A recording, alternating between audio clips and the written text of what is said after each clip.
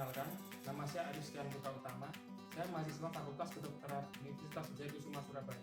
Pada video kali ini, saya akan menyampaikan betapa pentingnya memberikan ASI eksklusif pada anak usia 0 sampai dengan 6 bulan. Seperti apa videonya? Mari kita lanjut.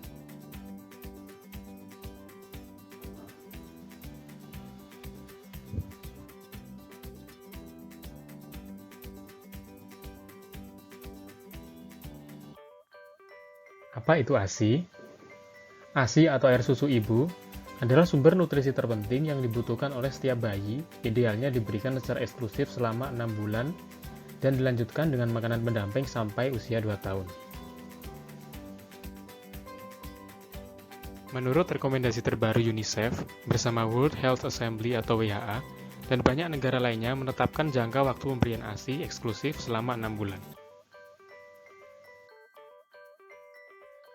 Cakupan pemberian ASI eksklusif di Indonesia sendiri hanya 37,3%, sedangkan di Jawa Timur lebih tinggi dari itu yaitu 40,05%. Apa saja sih keunggulan ASI? Yang pertama, mengandung zat gizi sesuai kebutuhan bayi untuk pertumbuhan dan perkembangan fisik serta kecerdasan. Yang kedua, mengandung zat kekebalan untuk mencegah bayi dari berbagai penyakit seperti diare, batuk pilek, radang tenggorokan, dan gangguan pernafasan. Yang ketiga, melindungi bayi dari alergi. Yang keempat, aman dan terjamin kebersihannya, karena langsung disusukan kepada bayi dalam keadaan segar. Yang kelima, tidak akan pernah basi, mempunyai suhu yang tepat dan dapat memberikan kapan saja dan di mana saja. Yang keenam, membantu memperbaiki refleks mengisap, menelan, dan pernafasan bayi.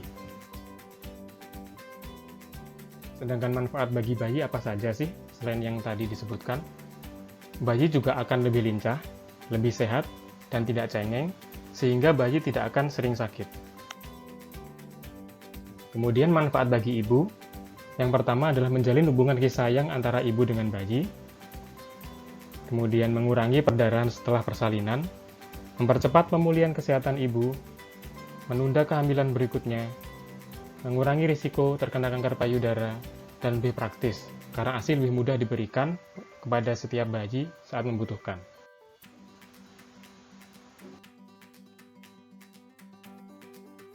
Keluarga, yang pertama, tidak perlu mengeluarkan biaya untuk pembelian susu formula dan perlengkapannya.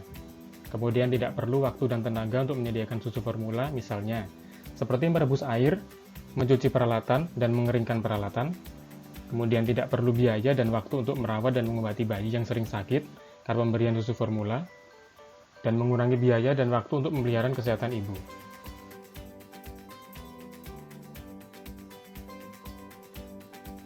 Kapan dan bagaimana sih ASI diberikan? Yang pertama, sebelum menyusui, ibu harus yakin dan mampu untuk menyusui. Jangan ada kata ragu untuk si kecil ya bu. Yang kedua, ASI mulai diberikan segera setelah ibu melahirkan dengan meletakkan bayi di dada ibu. Biarkan bayi berusaha mencari puting susu ibunya atau inisiasi menyusui dini untuk merangsang agar ASI cepat keluar dan menghentikan perdarahan. Jangan memberikan makanan atau minuman pada bayi sebelum diberikan ASI, karena sangat membahayakan kesehatan bayi dan mengganggu keberhasilan menyusui. Yang ketiga, waktu dan lama menyusu tidak perlu dibatasi dan tidak perlu dijadwal. Yang keempat, berikan hanya ASI saja hingga bayi berusia 6 bulan. Yang kelima, setelah bayi berusia 6 bulan, selain ASI, mulai diberikan pula makanan pendamping ASI atau MPASI dalam bentuk makanan lumat dan jumlah yang sesuai dengan pertambahan umur bayi.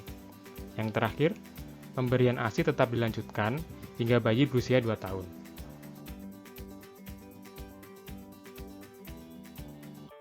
Nah, cara menjaga mutu dan jumlah produksi ASI antara lain, yang pertama, mengkonsumsi makanan bergizi seimbang, banyak makan sayuran dan buah-buahan. Makan lebih banyak dari biasanya ya bu. Kemudian, banyak minum air putih paling sedikit 8 gelas setiap harinya. Yang ketiga, cukup istirahat dengan tidur siang atau berbaring selama 1-2 jam dan menjaga ketenangan pikiran.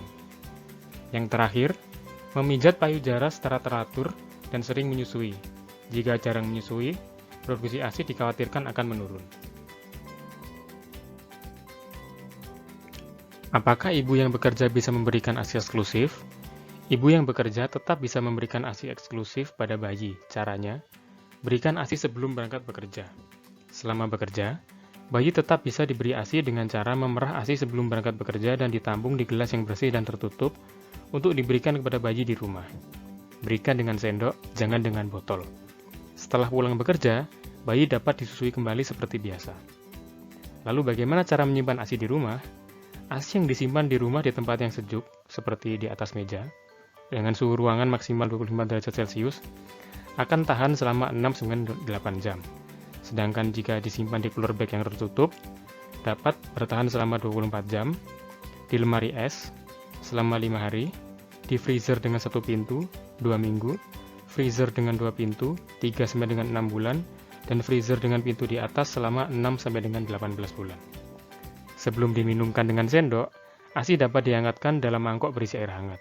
Jangan dihangatkan di atas api, karena beberapa zat gizi dan kekebalannya dapat berkurang. Apa peran keluarga untuk mendukung keberhasilan pemberian ASI eksklusif?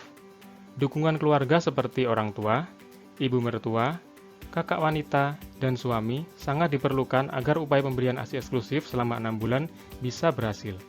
Beri pengertian bahwa ASI dan menyusui paling baik untuk bayi. Ingatkan ibu untuk cukup makan makanan bergizi, minum, dan istirahat. Ingatkan ibu untuk menyimpan ASI di dalam rumah, di saat bekerja. Ciptakan suasana rumah yang tenang dan damai.